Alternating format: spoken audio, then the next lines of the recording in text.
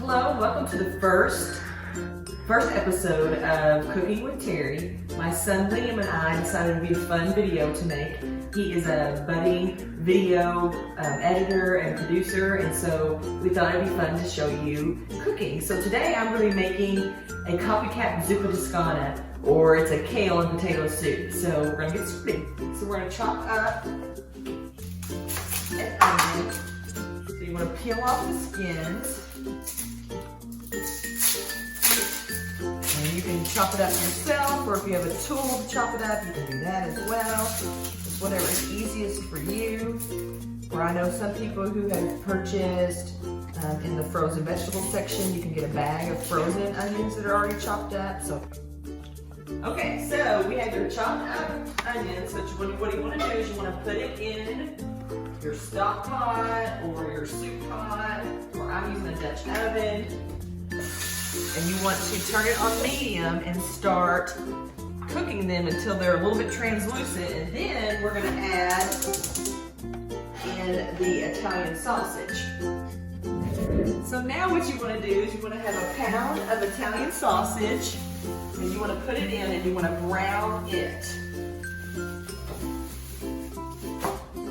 And we'll show you what it looks like when it's brown. Okay, so the next thing is, you want to take a look. This is what the sausage looks like browned. Some people will, they will drain the fat off. I think fat gives flavor, so I leave it in there. Give it some garlic. You can use fresh. How much is that? That's a half a teaspoon. And so you can use garlic, or you can use this already minced, or you can use fresh, or you can use the already minced. So just add that in, and then we'll add some wet ingredients, or actually we'll do the bacon bits.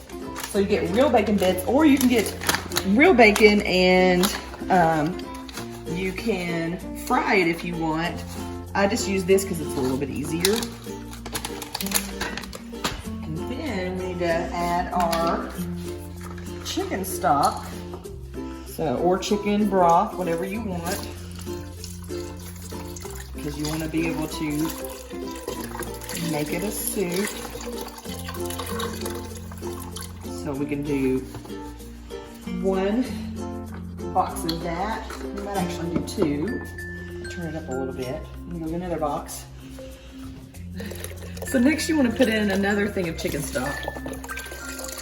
And I'm going to bring it to a boil because I'm going to add in potatoes, and you can use any kind of potatoes. You can use russet potatoes, like a couple russet potatoes, or red potatoes.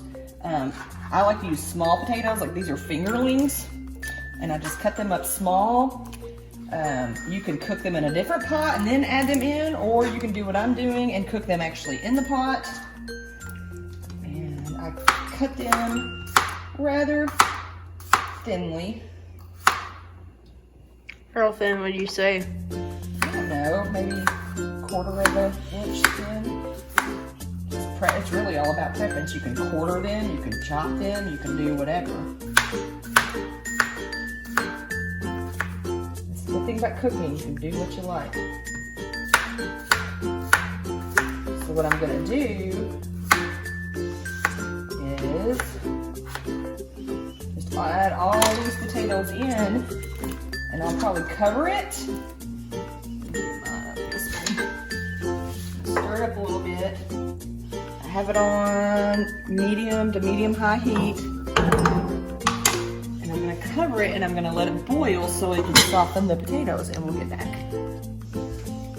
Okay, so this has been boiling for a little bit, and the potatoes are not quite finished, but they are softer where I can pierce them with a fork. So now what you want to do is, how to make it creamy, is you want to add some heavy whipping cream. Some people add milk. I prefer heavy whipping cream because I think it has a lot of flavor and richness. So just however much you want to do, a little bit or a lot. I'll do about half of this.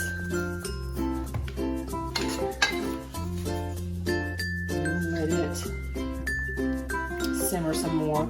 And then so you let this cook for about 10 minutes, and And then you can buy your own kale and clean it and chop it up, or you can buy this that's already chopped up in the bag, which I think is easier. And after you've had this cooking for about 10 minutes, then for the last 5 minutes, you want to put however much kale you want to put in there and let it cook for about 5 minutes or to 10 minutes to get tender, and then you're ready to eat. Okay, so actually I decided, because my good friend told me that we like that this soup is hearty, so I'm actually going to add all the heavy whipping cream because it just makes it even better. And so what we're going to do is while this all cooks and melts together, I'm going to add the kale. And we like a lot of kale, so we're going to just put a couple handfuls in there. And just really kind of push it down. You want to get it to be wilted and get soft because it's still kind of crunchy. And so we are going to let that simmer for a little bit, and we will show you the finished product in just a little bit. Okay, so one of the things is whenever you go off memory with a recipe, sometimes you forget things. So I had a wonderful person remind me that it needs to have some crushed red pepper because it gives it a little bit of a kick. So I'm gonna put some of that in there, and also some oregano. Put that in there also. And if you want to do salt and pepper to taste in a little bit, we can, but I'm gonna try it. I'm gonna let these flavors get in there for a little bit. So we will let you know whenever it is finished. Okay, so this is the finished masterpiece.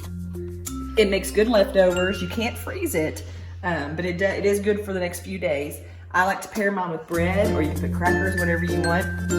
So this is our first episode of Cooking with Terry. Thank you for watching, and I hope that you join us for next time.